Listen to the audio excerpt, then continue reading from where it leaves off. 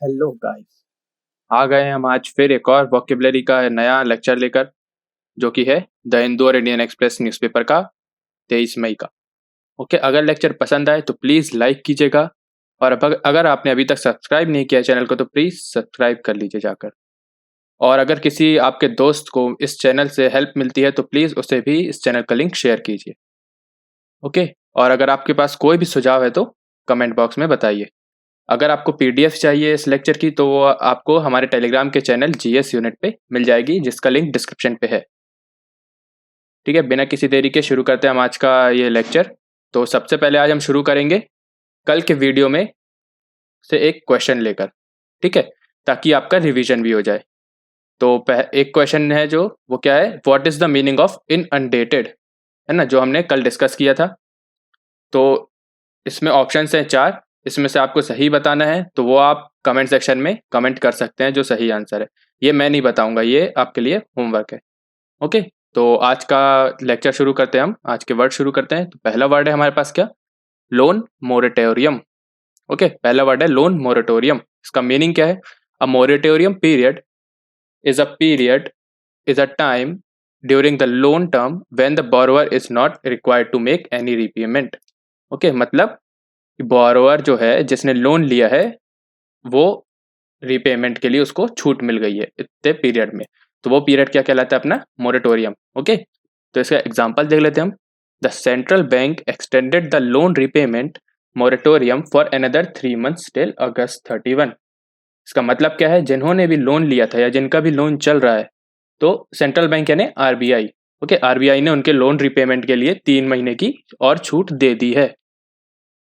Okay, तो ये है लोन मोरेटोरियम का मतलब। तो हम अगला वर्ड देखते हैं, गेमिक्स। गेमिक्स का क्या मतलब है, अ ट्रिक और a device intended to attract attention, publicity और ट्रेड। कोई भी ऐसी प्रोसेस या कोई भी ऐसी ट्रिक जो लोगों का अट्रैक्शन को अट्रैक्ट करती है अपने तरफ या पब्लिसिटी पाने के लिए की जाती है। तो इसका एग्जांपल देख लेते हैं हम। Government in Uttar Pradesh of indulging in political gimmicks on the issue of Congress offering to provide buses and ferry to migrants. Okay, तो गवर्नमेंट है जो उत्तर प्रदेश की, वो किस में वो कह रही है कि जो कांग्रेस है वो पॉलिटिकल गिमिक्स में इंडल्ज हो रही है, माइग्रेंट्स को बसेस और फेरी प्रोवाइड करवा कर, मतलब माइग्रेंट्स की अटेंशन लेना चाह रही है आने वाले इलेक्शंस के लिए। ओके, तो आगे देख लेते हैं हम। अगला वर्ड क्या है हमारे पास, अगला वर्ड है प्रील्यूड। ओके, अगला वर्ड है क्या, प्रील्यूड। इसका मीनिंग क्या है, एन एक्शन और event serving as an introduction to something more important, है ना, मतलब किसी भी चीज का इंट्रोडक्शन जो कि बहुत इंपॉर्टेंट है, उसका मतलब क्या है, प्रीलूड का। ओके, कोई भी एक्शन जो किसी चीज को इंट्रोड्यूस कर रहा है जो कि बहुत इंपॉर्टेंट है ना। तो इसका एग्जांपल लिख रहे हैं, empty old streets prelude to a solemn Eid. Okay, आप सभी को पता है ईद आने वाली है ना। तो जो ओल्ड दिल्ली है वहां पे वैसे भी वो मुस्लिम कम्युनिटी ज़्यादा है, तो इसका मतलब क्या है, वहाँ ईद बहुत अच्छे से मनाई जाती है। बट इस बार कोविड-19 के कारण वहाँ पे ईद उतने अच्छे से नहीं मनाई जाएगी। तो ये एक नया तरीका है जो इंट्रोड्यूस हुआ है इस ईद में। ओके, मतलब कि ज़्यादा बिना भीड़ भाड़ के ईद मनाएंगे लोग। ओके, खाली स्ट्रीट के साथ ईद मनाएंगे लोग, है ना। अगला क्या है हमारे पास वर्ड, अडेरेंस। ओके, अगला है अडेरेंस। इसका मीनिंग क्या है, अटैचमेंट और commitment to a person, cause और बिलीफ। ओके, मतलब क्या है, किसी किसी को भी कमिट करना या कमिटमेंट के साथ रहना हमेशा। ओके, तो एग्जांपल देख लेते हैं, police request adherence to lockdown restrictions. Okay, जो पुलिस है वो लोगों से रिक्वेस्ट कर रही है कि प्लीज लॉकडाउन रेस्ट्रिक्शंस के साथ कमिटेड रहें, उसको अच्छे से फॉलो करें। ओके, तो ये था अडेरेंस वर्ड और उसका मीनिंग और उसका एग्जांपल। अब हम अगला वर्ड देखते हैं। अगला वर्ड क्या है हमारे पास, प्रूडेंस। ओके, अगला वर्ड है हमारे पास प्रूडेंस। इसका मीनिंग क्या है, the quality of being prudent और कॉशियसनेस। कॉशियसनेस मतलब सतेक रहना, है ना, सतर्क रहना। ओके, कॉशियसनेस मतलब सतर्क सतर्क रहना। तो एग्जांपल देख लेते हैं हम। It does appear that the central bank may have played out its rate cut card for now as prudence would dictate that it reserves some leverage for the future if economic conditions deteriorate even further। इसका मतलब क्या है, जो RBI है, उन्होंने, आपने news तो पढ़ी ली होगी, जो आरबीआई है उसने जो रेपो रेट है उसमें 40 बेसिस पॉइंट्स का कमी की है, कटौती की है। ओके, किस लिए की है? ताकि जो लोन्स है वो कम इंटरेस्ट रेट में मिले, है ना, ताकि अपनी फाइनेंशियल कंडीशन सुधरे। तो ये जो मूव है उसका आगे की जो फ्यूचर है ना, इकोनॉमिक जो कंडीशन चल रही है उसका फ्यूचर देखते हुए आरबीआई ने लिया है ना, एक प्रिकॉशन के तौर पर। ओके, तो ये था प्रूडेंस और उसका मीनिंग। अब हमारे पास अगला वर्ड है क्या? नादिर। ओके, नादिर, अगला वर्ड है नादिर।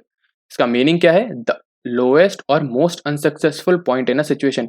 किसी भी सिचुएशन का बहुत ही मतलब कि नीचे का पॉइंट या फिर फेलियर का पॉइंट एक तरीके से कह सकते हैं, है ना, मोस्ट अनसक्सेसफुल पॉइंट।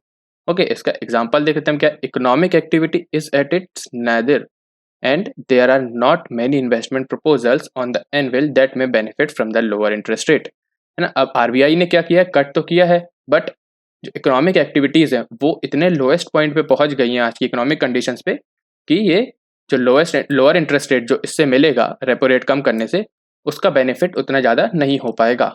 ओके, अगला हम देख लेते हैं। अगला वर्ड क्या है हमारे पास? अगला वर्ड है डॉन्टिंग, है ना। अगला वर्ड क्या है? डॉन्टिंग।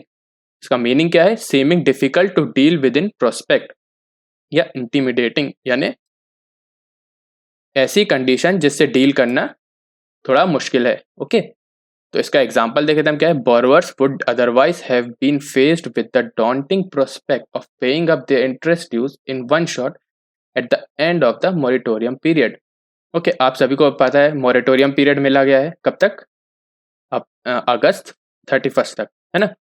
तो उस मॉरेटोरियम पीरियड के कारण क्या होगा? अगर रीपेमेंट नहीं होगा लोन का तो लोन बढ़ता चले जाएगा, और अगर लोन बढ़ता चला गया तो जब मॉरेटोरियम पीरियड खत्म होगा तब बोरोवर्स को लोन इकट्ठा भरना पड़ जाएगा। तो ये क्या होगा? उनके लिए बहुत ही डिफिकल्ट होगा। तो यहाँ पे इसलिए वर्ड यूज हो रहा है क्या? डॉन्टिंग। ओके, तो अगला वर्ड देख लेते हैं हम क्या है? बीहेस्ट। अगला वर्ड है हमारे पास बीहेस्ट। मीनिंग क्या है इसका? अ पर्सन ऑर्डर और कमांड, किसी का ऑर्डर या कमांड या आज्ञा। ओके, तो इसका हम देख लेते हैं एग्जांपल क्या है? The Indian army chief's contention that Nepal raise the dispute at the behest of an external force.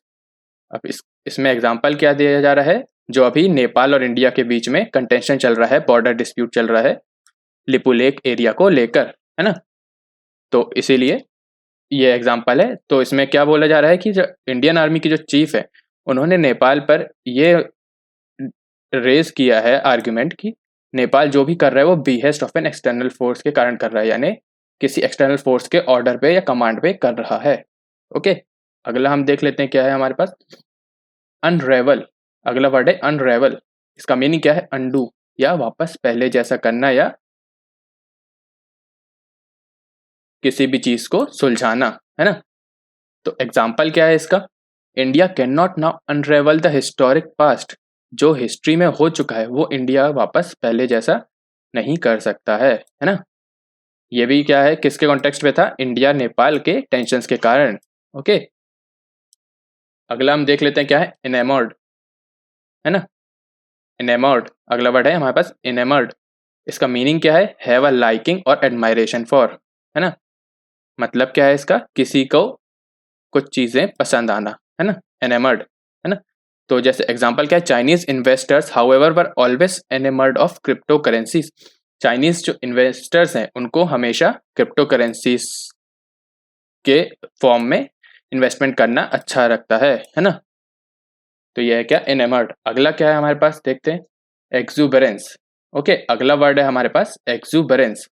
इसका मीनिंग क्या है? The quality of being full of energy, excitement and cheerful and ebullience. Ebullience का मतलब भी cheering होता है। Okay, मतलब cheerfulness मतलब उत्साहित, है ना। एक्सुबरेंस का मतलब है quality of exuberance, cheerfulness. Okay, मतलब उत्साहित होना। ओके, एग्जाम्पल क्या है इसका? The People's Bank of China tried hard to curtail this exuberance but achieved limited success, है ना। ये जो अपना ओवर एक्साइटमेंट है उसको कर्टेल करने की कोशिश की है पीपल्स बैंक ऑफ चाइना ने, जिसमें उसको लिमिटेड सक्सेस प्राप्त हुई है। पूरी सक्सेस नहीं प्राप्त हुई है, लिमिटेड सक्सेस प्राप्त हुई है। ओके, तो अगला हम देख लेते हैं वर्ड क्या हमारे पास? फोरलॉन। अगला वर्ड है फोरलॉन। इसका मीनिंग क्या है? पिटीफुली सैड एंड अबंडन्ड और लोनली। अबंडन यानी छोड़ दिया गया, है ना। ओके, वीरान जैसे कहते हैं हम, है ना। एग्जाम्पल क्या है? In one resort a solitary mule stood forlorn surrounded by fallen tree.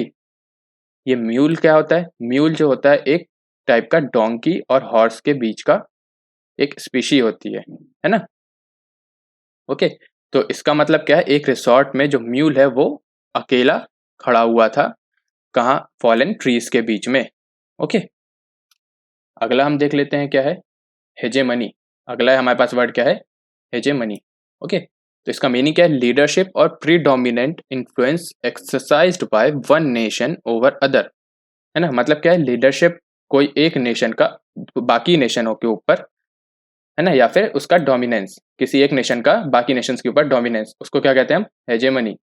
ठीक है, इसका एग्जांपल क्या है? चाइना में want digital currency electronic payment to challenge the hegemony of the US dollar as the default global reserve currency.